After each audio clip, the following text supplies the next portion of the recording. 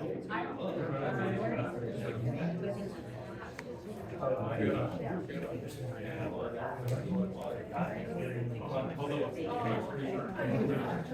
want to sit on this side because you pay.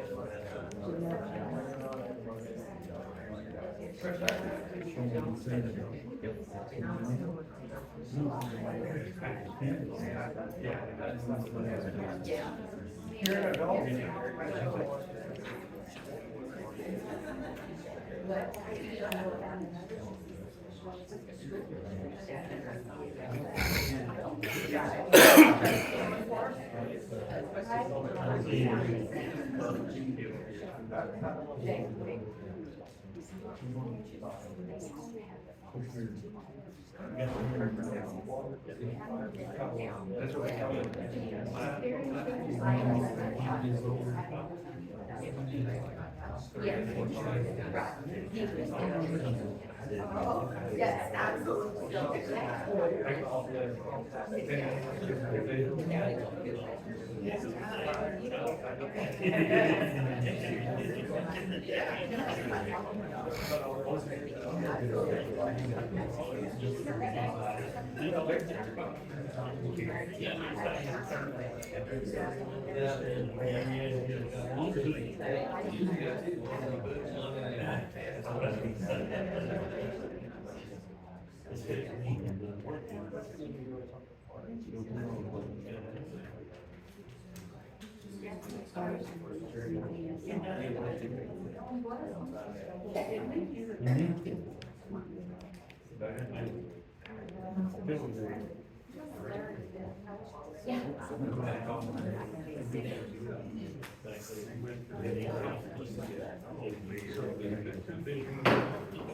Good evening. The City of Jarrell public hearing, a regular called city council meeting, Tuesday, June 27th, 2023 at 7 p.m. It's now in session, 7 p.m. Agenda item number 1, we have a roll call. We have one member that is not here, Jeff Seidel.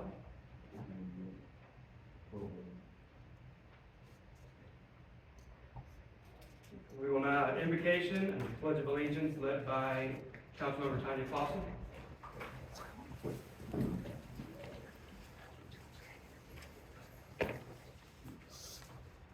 Dear Heavenly Father, I pray that we will have a productive meeting today. I pray that we will be able to discuss and tackle the important things we need to tackle and be efficient in handling those things. I also pray that you give us grace to come up with the best possible and morally right solutions that would best benefit the people we serve. In your precious name I pray. Amen. Amen. Pledge allegiance to the flag of the United States of America and to the republic for which it stands, one nation under God, indivisible, with liberty and justice for all.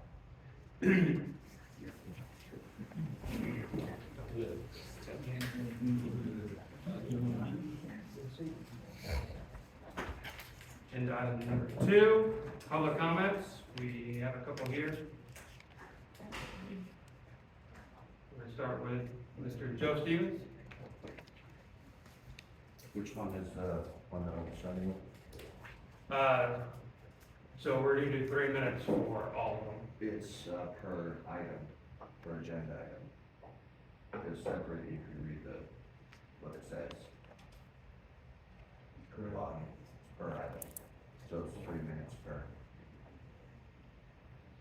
I don't intend to go that long, my intention, you want to say something? Oh, no, Okay, yeah, my intention is actually, I can say it much quicker if you let me go through all of it at once, or I can sit down in between each one, it would be shorter if I just go through it. So that is up to you. Mayor, point of order, the governing body is allowed to set reasonable restrictions for public comment, including time limits. And so typically that is applied for, each citizen for a total of 3 minutes, to speak on all items they wish to speak on. okay. The main requirements were the 3 minutes.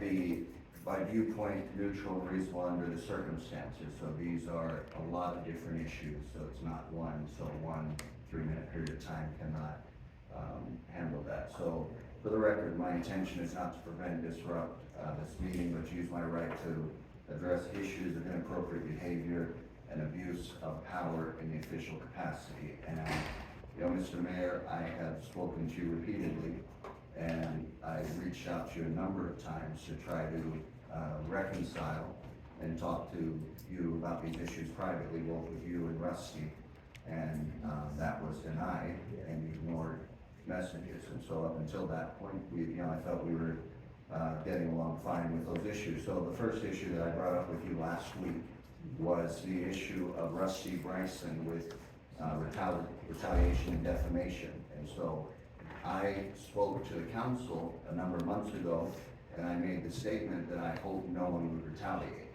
And so since then, I found out over the last week or so, you've been sending out messages which tie me in my professional capacity as a pastor of a church with a city official or city, someone in the city, that you were making defamatory statements or you were insinuating things about that, and you said that a pastor or minister and his church. So you specifically tied that together, and I had seen them myself.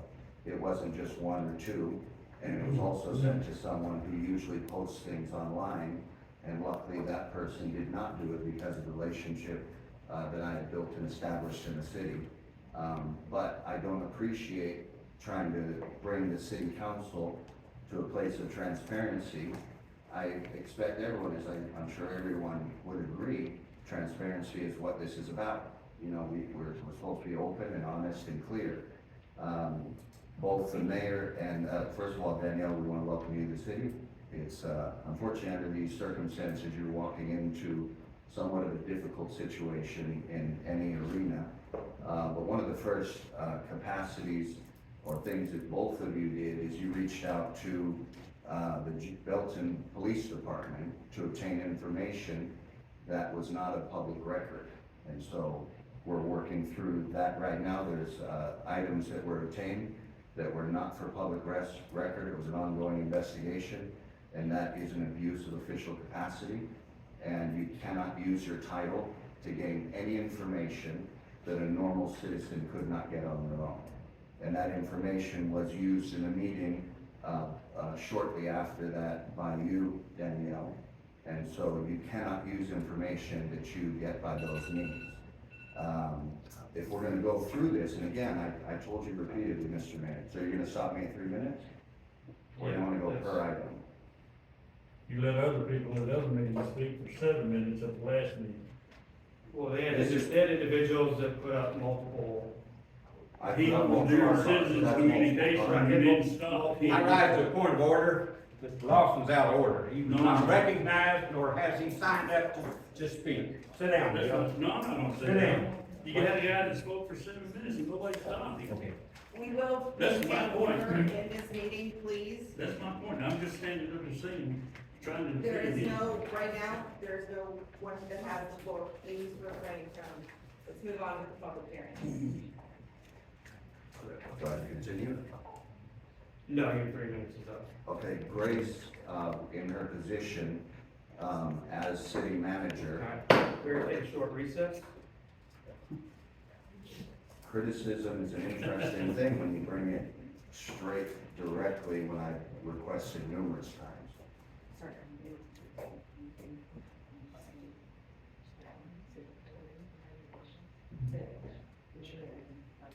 And on that list, I'm allowed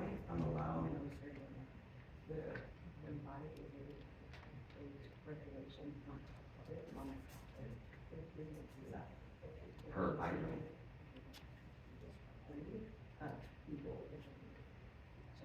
You're welcome to attend.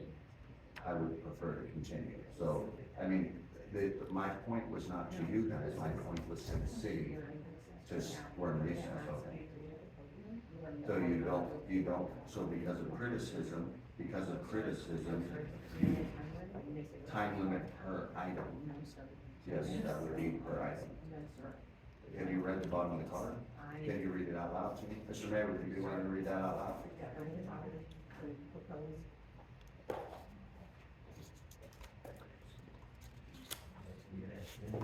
It would be easier to hear criticism and move forward, and it would have been easier to do it in private.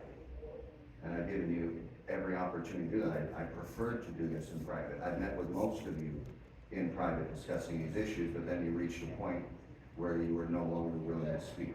So that is your decision.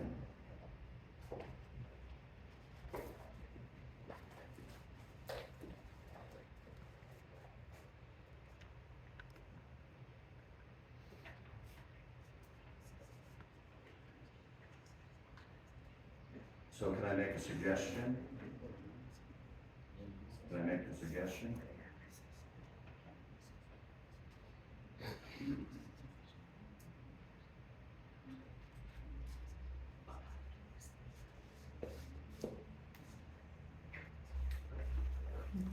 Could I make a suggestion? I would, Sir, you do not have the floor.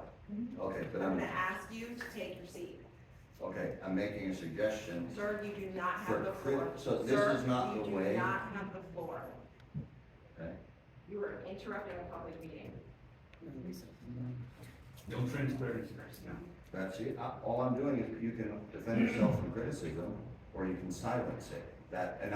My recommendation or my offer to you was, We're back in session at 7:09, and I call David Bryson to the floor.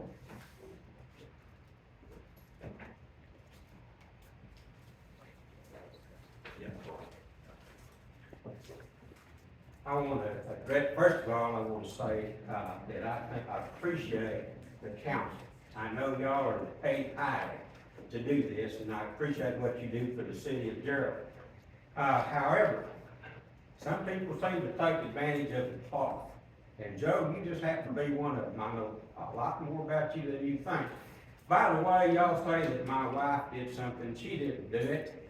If you want to look up his son and being arrested on the 26th of May, you can go to Bell County Busted, and there's his mugshot. Is it not right? I was gonna I'm address talking to your that. son now. I was gonna Okay. address that. But anyway, it's on there. My mother was a deputy sheriff for over 30 years in the city of El Paso, so I know when you were out there in El Paso. I also had one of my students who was a practicing assistant district attorney, so I know a little bit more about you than you think I do, Joe. I also know about your church and how things happen. I don't appreciate you coming up here and throwing rocks. There's 5 fingers. When you point a finger, you got 4 pointing back at you. Remember that. Can you address the council? Okay, I apologize to the council for addressing, Mr. Stevens, You but let I that don't go for appreciate about 3 him minutes. bad-mouthing you and not following the rules that we have in this council. We run smoothly and fairly without any problems, and the same goes back there in the back. When the time comes, I'll when speak you when signed I up want for, to when you signed up to speak, then you get your turn, that's the law. If you respect the talking to the Constitution and bylaws, council. if you respect the Constitution, it gives you that right. Use that right as it was given to you, but don't abuse it. For that, I'm through, and I apologize for Mr. Stevens and the accusations that have been made to you, Patrick, my wife, and the rest of the council because it was uncalled for. Anybody got any questions of me? You're welcome to ask them, because I've got about a minute left. Well, just give him a minute to joke. Pardon? Give him a minute to joke. I don't intend to, he's already taken advantage of it, he stood up there and took up time in this city council's meeting. I appreciate you all, I really do, thank you. Thank you. All right. Next is Tom Hurdle. I'm speaking on 5.4. I'm not in the general public comment section, guys.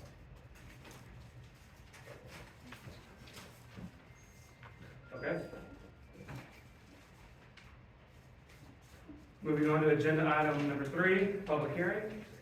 3.1, open public hearing to consider the request of Kids Zone to change the zoning of a 4.355 acre tract of land in the Davis East Survey number 172 located on County Road 307, near County Road 305 in Jarrell, Texas, 76537, from AG to C2. So in order to allow the public to benefit in this hearing, information on the item, I will invite staff to present the information prior to holding the public hearing. Council discussion will occur during item 3.2. Jordan? Mayor and council, the following item is a rezoning from ag to C2, property located just past the intersection 305 and 307. The majority of this tract was brought in with annexation for the neighborhood just past it and the school site. With that being said, the proposed use for this tract is private school with a daycare on the site. The future land use designation is public facilities. With that, it includes schools, government facilities, community centers, and parks as potential land uses in this area. So just north of this tract, we have a new elementary school site. Just south, we do have the Jarrell Memorial Park. The owner has presented a site plan which has been found to be in conformance with section 4-4 of our UDC and lot design standards. Water will be provided by Jarrell Water Supply. They're currently working on agreements and installation for that. From the city side, we'll be providing sewer. We're working on design with their engineer and getting through that process as well. Given all of these factors, we find that they're in compliance and in conformance with our standards and our regulations to date, and suggest approval on this track. Did you have any feedback from the public? During the meeting, we may move to recommend the rezoning as well. But from the people you sent letters to, no feedback? Do we already have a sewer pipe there, or gonna incur cost to that, or?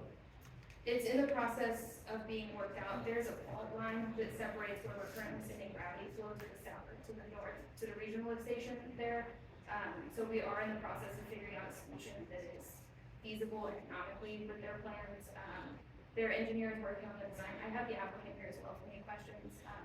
Their engineer is working on the design. It's something that we are tracking very closely. I know given their deadline for construction, we're all hands on that. I guess my question is, we're gonna have to put in any pumps or anything out there, or just tighten the ground? The city should not incur costs. This would be at the expense of the developer. We're trying to find a feasible solution for him that works with city standards. I just don't have a solid answer. What is their timeline, Jordan? I believe the intent is to open in August. This August? Yes, ma'am. Okay. I believe the first stage of this is portable buildings. Yes. Right, it's that piece of it. Right, it's not the full private school just yet. It's a phased approach that we have, and I believe it's in your packets as well with this other plan. So this first section is the gymnasium building, which is in plan review right now, and then portable buildings to house students, which is also in plan. So it's all being reviewed internally. Oh, there we go. So the first phase will be phase 1, the gymnasium, and the portable buildings next to it. They'll also be required to do their road facilities for egress. And then phase 2 will be the actual school and the daycare as well. What's the projection for phase 2? Hopefully by the year. The phase 2 is the actual physical building. What we're moving in there is buildings that are constructed in 30 days from a company in Houston. There won't be trailers, there will be modular buildings, 24, 36 feet wide, and so on, and they'll be constructed on the site. While we're building the shaded area that you see there, It's gonna be the biggest thing we've ever built, including the gymnasium. I know more about the gymnasium now than I knew 6 months ago. I got one more question. Jarrell's gonna have enough capacity to properly service it? I believe that they're working on getting, because of a project this size, they have to do a non-standard agreement. They're working through that process. My understanding is that there is capacity, and phase two will have a higher demand, and at that point, it will be addressed in their non-standard agreement. My biggest concern is that road is very narrow already, there's never been any like, what's the capacity of children and traffic in schools right there, and I mean, the road's not good. A lot of, Boston, old trucks come down there. I'm just concerned about safety and there's no crosswalks, there's nothing in that area. I mean, are we going to benefit somehow, if the road's gonna be widened? I mean, The, County Road 305 and County Road 307, right adjacent to the school, is in the process of being widened, for a section of it. It looks like they've actually got it to final grade, top of pavement. I expect that we'll have, haven't had those conversations yet, but I expect I'll be having conversations with the county in the very near future. I know they have a lot of road plans in this area that would eventually connect to that, and so I think we will have a good long-term solution. But certainly during, the opening of the school, you're always gonna have some impacts.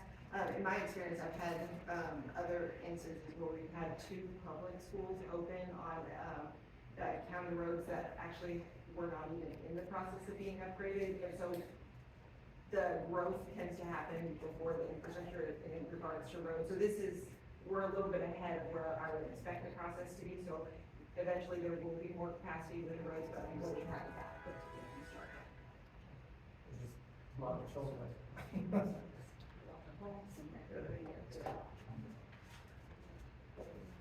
So they're starting small and then expanding within a year. 3 phases. The first thing to do is have the modular building set up and the gymnasium under construction. Then we will swing to the gray area there and start building the main deal. And that will be a Austin stone building like we've built before, much larger though. And then the final third stage is the daycare, and I don't predict that that's gonna be able for me to do until 3, maybe 4 years from here. What do you anticipate your enrollment in? 160, In the first stage? yes ma'am. Okay. We're not there yet, but we do have a waiting list. We have a 2-story, private Christian school on the east side, in Santera. We have a waiting list. We're probably gonna open up with, something over 100. But I expect to be at 160, that will be terminal for us. We're not gonna build a monster school there. The monster school is next door to us. What age was that, sir? We're gonna go through 5th grade. We'll have, kindergarten through 5th grade, and of course, we have our preschools on the east side. Has the city done a study on the increase on traffic on the streets? I have May, 5th Street, 1st Street. How's that gonna impact in town? It's looking already bad. Right, so, there's some restrictions on our code and state law on what we can require when it comes to transportation. We can require TIAs, but TIAs are restricted by a certain amount of feet off the property, it's not encompassing the whole area. So no, because we're not technically allowed to. We did have a long-range transportation plan done, well, a thoroughfare plan done with our comp plans, and we've been trying to stick with that. I would recommend an update to be looked at, given that our boundaries have changed. And Williamson County is also working on several projects that will change that. But short answer is, we don't have the tools needed to look at that because of the project. So I'm kind of assuming that the reason for choosing that is there's going to be maybe some people in both schools dropping off both places. Yes, ma'am. That's, It has so been we're our- not really necessarily looking at one vehicle per 160 students. That's correct. It might be, It has been our experience over the last 25 years, we started locating in 2006 next to a large elementary school in Georgetown. It's very good for our clients to be able to drop off their older children at the elementary school and swing in here and then go on about their business. Thank you. It works out well for us. And this road has already been paved. Eminent domain took 0.9 acres from us for the expansion of the road was all from our side. And the idea is there's gonna be a turn lane up through there. The 307 is not gonna be the old 307. They've done a really good job of base and deep pavement, and now they're getting ready. That was just done last week, and now they're doing the other side. It's gonna be a much wider road than it used to be. thank you.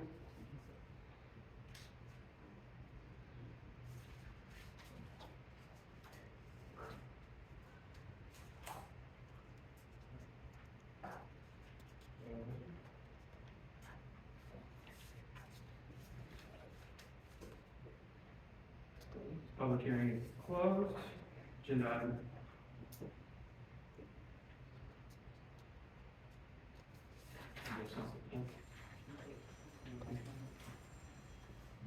I don't think we have any members from the public that would like to speak on this agenda item.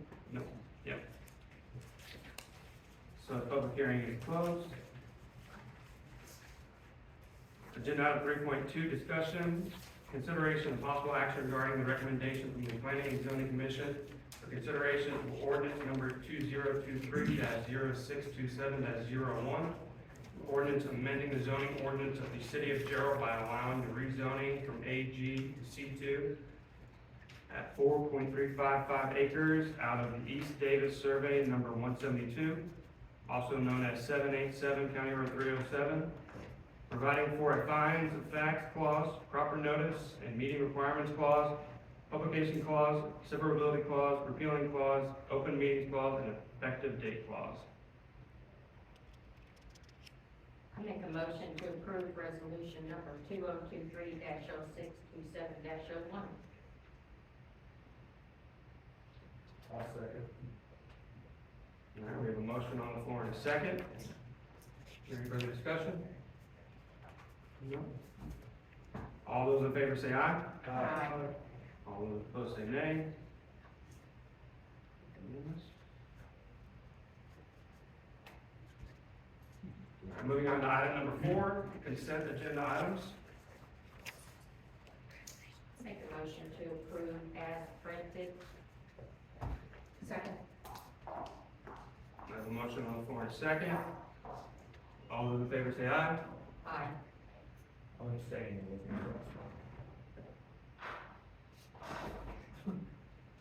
All right.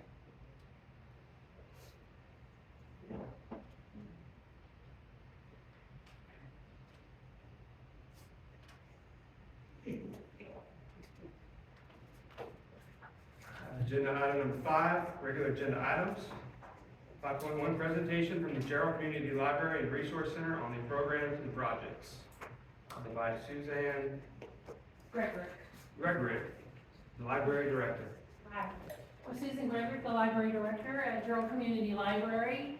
And in consideration of the last time that we met in September regarding our contract with the city, you requested that we give you a report before your next budget. And I am so excited and happy to share with you the amazing things that have happened at Jarrell Library in the past year. I know you've received my newsletters each month that I send out and the updates. But just this picture here states a whole lot. Last year this time there were 4, and now I counted today, there's 36 volunteers working in our library. That's how much we've grown since last year. We're committed to becoming an anchor in the community by listening to the needs of the people and working to meet those needs, and you're going to see that as we go through today. We began with, I was like, wait, I'm not touching them. So I begin with our Libraries for Health grant and all of the wonderful things that our peer support specialist, Mary Johnson, is doing to support our families, our military, and our senior citizens. There are regular activities taking place in our library and classes taking place, and I'm going to show you that throughout the day today. And we've become so revered for our what we're doing with Libraries for Health. Gina up there on the right has just been hired today to be the peer support specialist at Taylor Library. So we're very disappointed and proud at the same time. Our story time this year has grown from 10 to 12 kids to 2 sessions a week of nearly 20 children in each session. Our summer reading events are going on strong this summer. We have grown from 4 events last summer to 10 this summer, and spreading it out, and we are having full classes. This morning we had 16 children of age for pre-K, and then all their brothers and sisters there with us, and it was a packed house. And you'll continue to hear me say that because that is our next thing we're all gonna have to address real soon. We have the Beanstack app, which is reading challenges, and the children and the adults are all involved in these reading challenges, and our community has reached out with some great prizes. And you're rewarded for every hour you read, whether you're 0 or 110. So come and join us and join our app. This year's theme nationally is All Together Now, and we are working to build a strong community, a community of friendship, working together, unity in the community. We have the ESD 5 coming with the fire trucks, and Wilco coming with the ambulance in July, the last week of July, to share with the community. We have RBA coming to teach financial classes to the older kids during that week also. So we're involving our community. We have crafting classes every Wednesday for teens and adults that are full. We are having movies that connect to our themes of each week. So while the adults and the teens are having art classes, there's a movie day going on for kids. Our ESL and English classes are growing every semester. We have 2 Jarrell ISD ESL teachers teaching. We had 14 students go from beginners through intermediate this year. We have craft classes. This summer we have teens teaching craft classes as well as adults. And it is absolutely amazing to see the teens in their full classes as they're teaching origami and pour painting and different things. We have financial wellness seminars, community members coming in teaching financial wellness. Last week she was there with teachers' retirement and helping explain to the teachers about their retirement in the future. We have a Medicare specialist who comes in, and he's been creating wellness seminars, nutrition classes for seniors, exercise classes for seniors, and we are very thankful. We are also providing STEM and STEAM activities, and we're partnering with JISD. Our video game design class became so large that it was actually held at Jarrell Middle School, and the tech teacher, we were able to pay the tech teacher to facilitate that program. So we're working very closely with them, and the Lego robotics have been in the library also. Mexicano Mondays, we're partnering with Mexicano Grill. They are donating a portion of their proceeds the first Monday of every month to the library, and they have been significant donations, and we appreciate our community for coming out and sharing with us.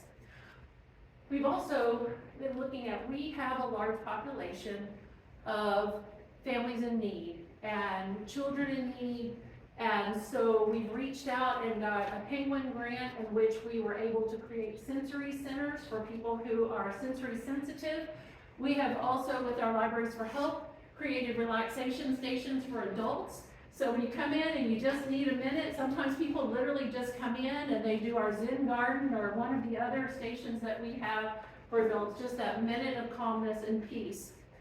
We're serving our community's needs. You ask, we listen. We've gotten new facts going on. We have binding of documents, laminating, besides printing We've added a new printer this year, because we've had so many customers coming in, asking for that help. We're a safe place in the community for all. We have kids and families coming in and enjoying time.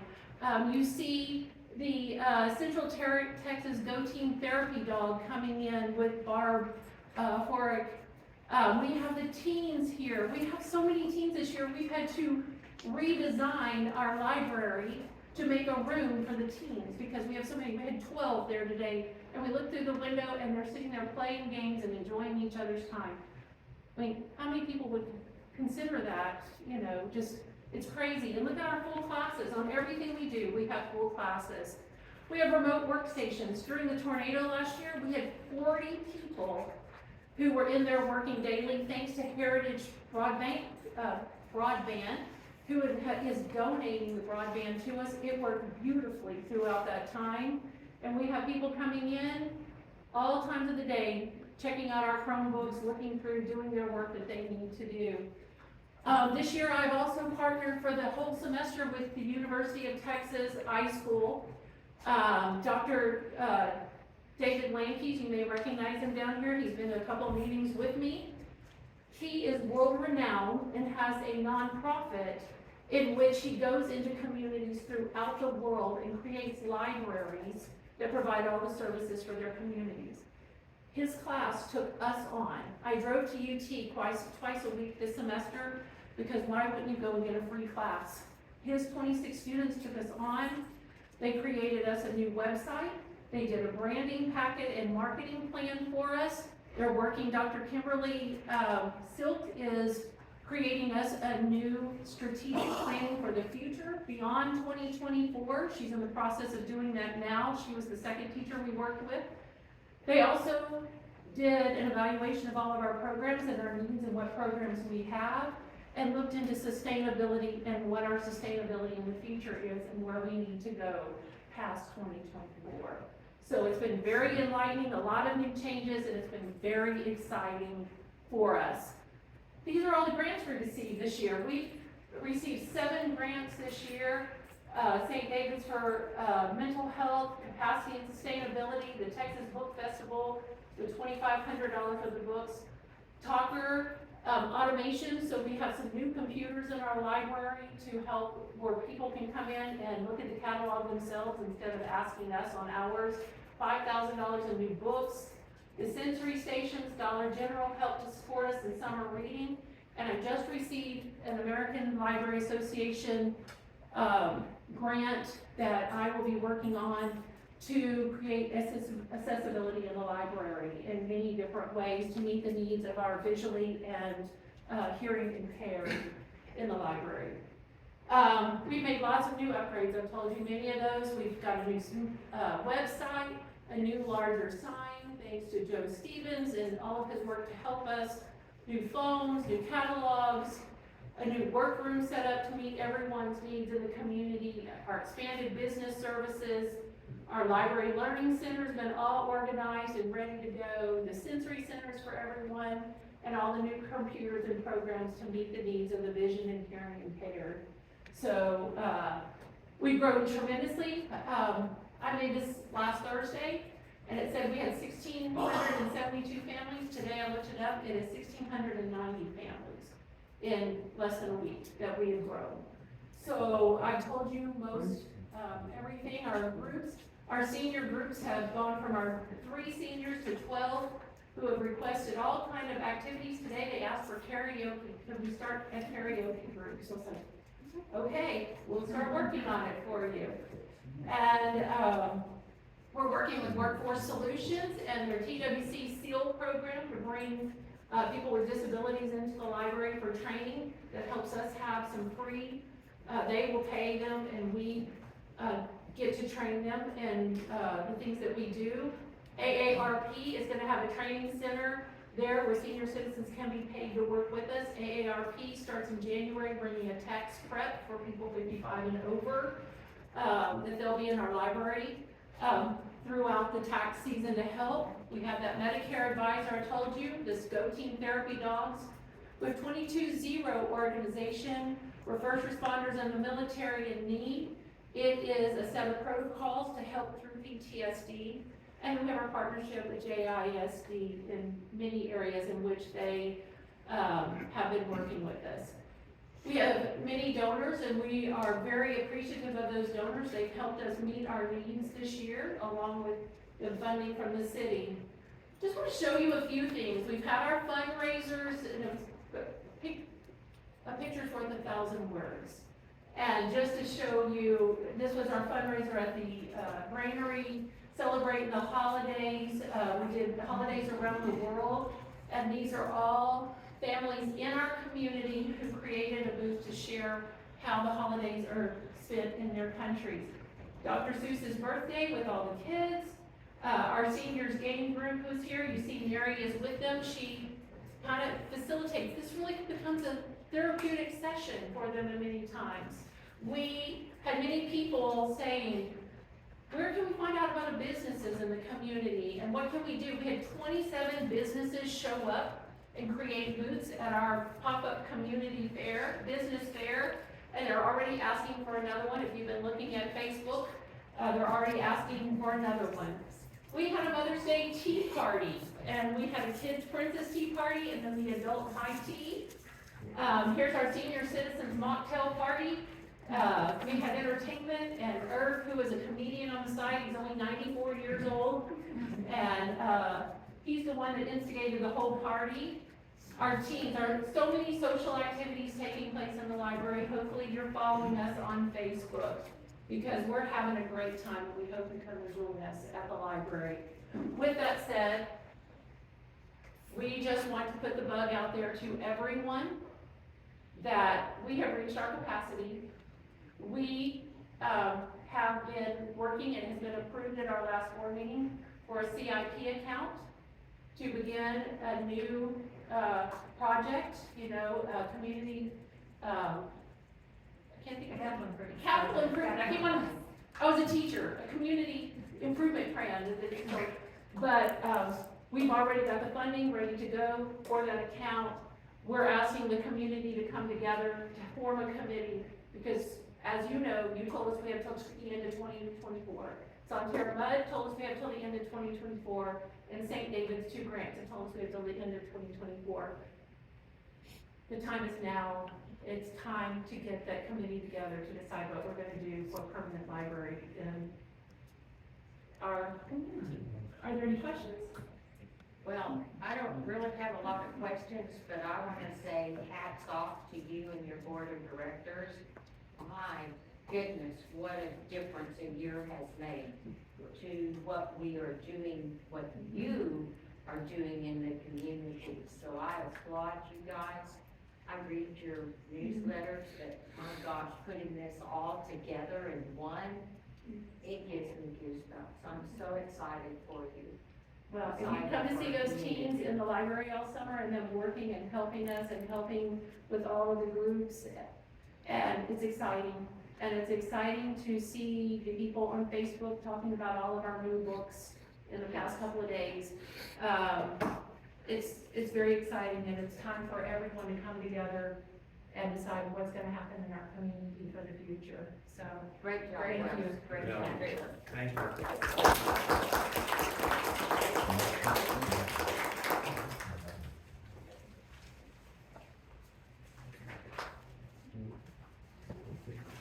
Okay, agenda item 5.2, consideration and possible action regarding appointments to the Jarrell EDC Board of Directors. Tracy Anderson? Good evening, Mayor and Council. So we have Hugh Taylor has decided that he is finally going to retire and move away to Florida. So he sent in his resignation, so we do have a spot on the board that needs to be filled. As you see in your packets, there should be 5 applications that have been submitted. One of them has been pulled. Tom Slovey has pulled his application. He said for personal reasons, he's just going to have to step away from it at this point. There is also a recommendation by the EDC board for Ryan Phillips to be appointed to the board. The sole reason for that was after looking at all the applications, and keep in mind that I know some of the applicants are in the audience right now. We were very thrilled to get all the applications that we did. So it went from getting no applications to getting 5 incredibly great applications to sit on this board. The only reason the board had chosen to recommend Ryan Phillips to the board itself is because of his background in the water wastewater. We felt like having an engineer in that capacity, as we are looking at all the projects that we have going on, that he will be a great asset to the board as well. So yeah, I'm happy to answer any questions if you have any. Yes, sir. Did the board interview these people, or did they look strictly at just the application? They looked, I've spoken to them, but they've just looked at them.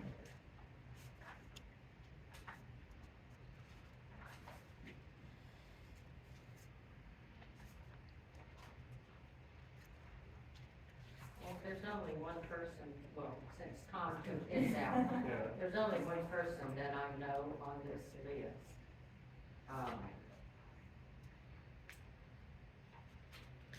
Well, I mean, completely up to y'all. I think we would be happy with any of them that come in. I think we just saw a need for, Ryan, and I don't know him other than a few minute conversation as well. I know, like I said, any of them would be great. I know Monty's great, Tom was great, I can't ever pronounce her last name. Megan Shermer. Yes, I would also be great, so I don't think we could go wrong with any of them. I think it was just that one specific skill set that we thought would be valuable as we were moving forward in the growth opportunities that we have going on. Well, again, I only know one of them. I know how involved she has been, since Jarrell became the city. So, just saying. One more question. Sure. The skill set that you said they all thought was very important, the wastewater plant, how would that help? So as we are looking at projects and we're laying out, okay, where is this development gonna go? How are we gonna look at things? We can definitely talk to Justin, the city engineer, and work through some of those things with him.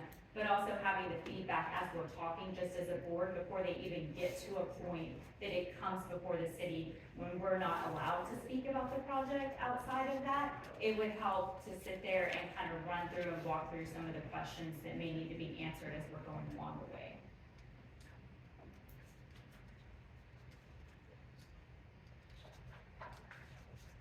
Great question. But they didn't interview any of these, they just looked at what's on paper. Ma'am, I'm sorry. They didn't interview them, they No. just looked at what's on paper. Yes, ma'am.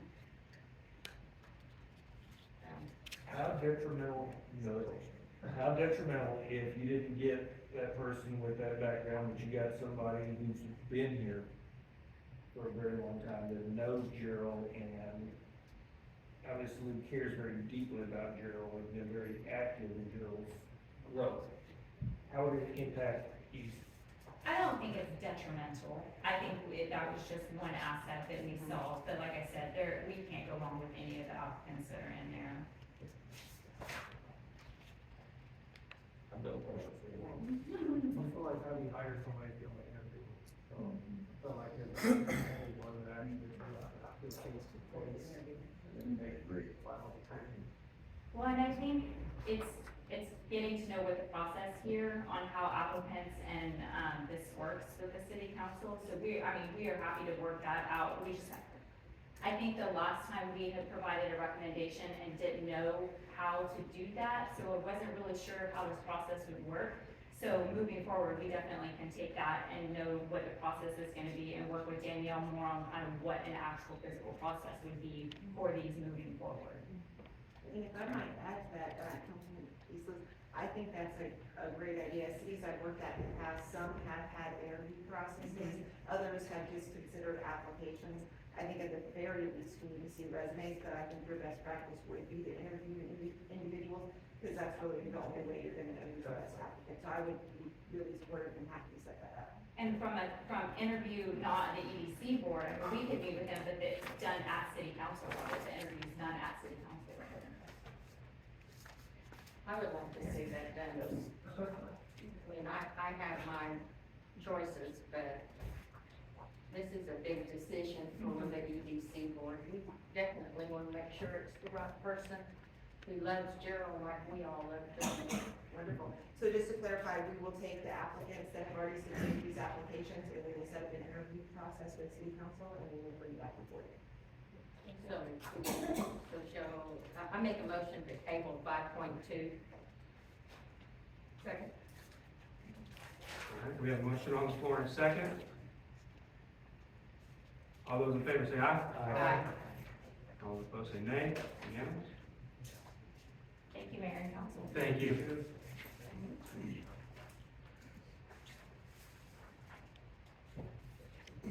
All right, agenda item 5.3, city manager update regarding the process of the request proposal for water and wastewater services.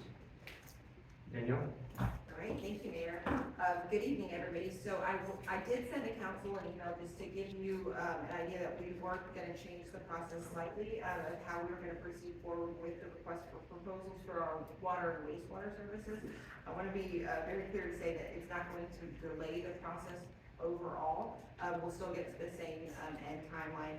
But what the process was intended to be was that last Thursday and Friday, staff was going to review the proposals. We were going to come back to council and essentially ask you to authorize us to negotiate and execute the contract.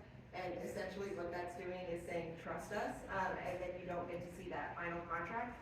So one of the things I've heard from this council on my short time here and some of my interactions is that you want to make sure you know what you're voting on. And so that's why we've changed this process.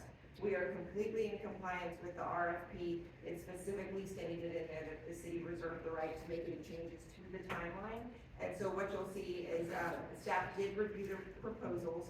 So now what we'll do is we'll negotiate final rates, put that into a contract, have our attorney review it, and then in your July meeting, as soon as everything goes to plan, we don't get into any negotiating hiccups, we will bring you a final product to review, and you will know all the terms of it, and at that point, you will be able to vote on it. So I just wanted to make sure council had a chance to discuss that, and also for transparency, they have the public know why we were delaying this item. So what if you can't come to an agreement with the one that you all have did? Then we go on to our second choice? Exactly. I would expect that we'll be able to come to terms. They submitted the proposal with prices, and so I don't expect that we'll have any issues with that. The proposal actually contained a copy of a sample contract, and so it's really just kind of buttoning it up in there. I gotta say, there's a lot of money there.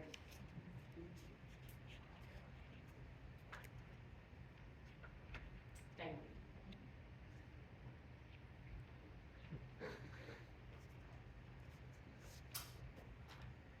Any further discussion? Okay, moving on to agenda item number 6, we're gonna adjourn into closed session. Oh, sorry.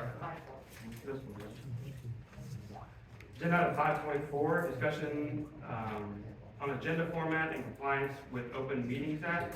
I know we have a charge. You want to speak first? Would you mind if I spoke after she explained what the changes were? Because it's hard as the public to express concern if we don't know what it is. I may not have any concern when she talks, so. Sure. Thank you. So one of the things you may have noticed was missing from your agenda this week was city manager updates, police chief updates, and ISD updates. So in 2008, the Attorney General issued an opinion on whether or not things like city managers reports, general updates by staff or entities like that provided adequate notice, and they do not. And so that was something I did check this with our attorney as well to make sure you agree with this. But we can have items similar to that, but we just have to be very specific. And so one good example from our agenda tonight is the library update, right? We provided a little bit more information, but if we reasonably know what the subject is going to be, we have to provide that notice to the public. And so I just wanted to make sure everybody knew why we removed those items. and what we can do, in the future. If we want a specific report from the police chief, we can do that. We can also, I know, in the past, maybe there were some requests for information that led to these updates. We can still compile reports so that council still gets the information. We just have to make sure we're in compliance. Because the thing I'll remind you is the Open Meetings Act is the one thing, that has, penalties punishable by jail time. And so it's something very serious that we need to make sure that we always comply with. And then the other thing I'll just note, we also have to be very careful. The only people that can violate Open Meetings Acts are our elected officials. And so whenever we have public comments, especially public comments on items outside of the agenda, you cannot respond. If you respond, then you are in violation of the Open Meetings Act. So I just want to make sure that we have that conversation, so that we make sure that we're in compliance. And again, I did, run this by, our city attorney, who completely agreed. This is something he had intended to address as well. So just want to make sure we're keeping in compliance. I'm happy to discuss this or answer any questions on this item. Thank you. You've answered my questions. I have no comment now. All right, Thank you for allowing me to reserve the time, though. I appreciate it. no problem.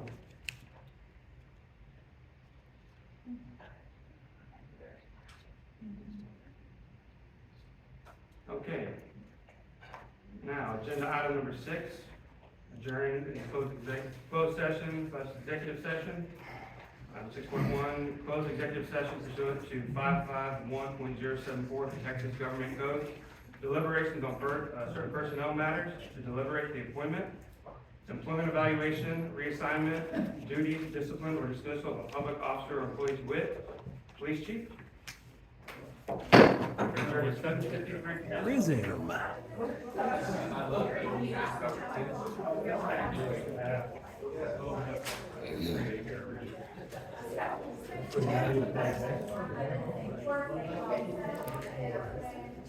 Oh, you want the chair? No. I'll be right back over here. My chair.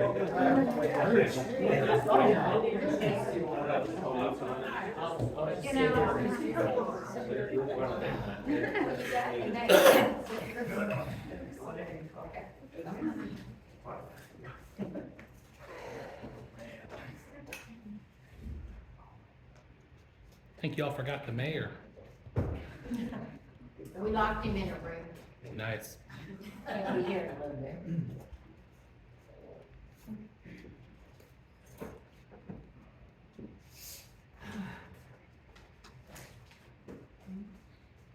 Look, he must have had a cue.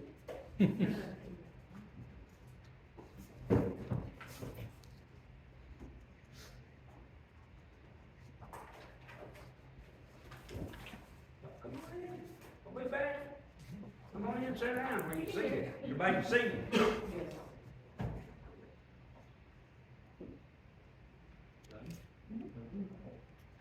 The Jarrell City Council is now back in session at 9:01 p.m. Agenda item 7.1, discussion and possible action regarding the appointment, employment evaluation, reassignment, duties, discipline, or dismissal of a public officer or employee to wit, police chief. We have no action.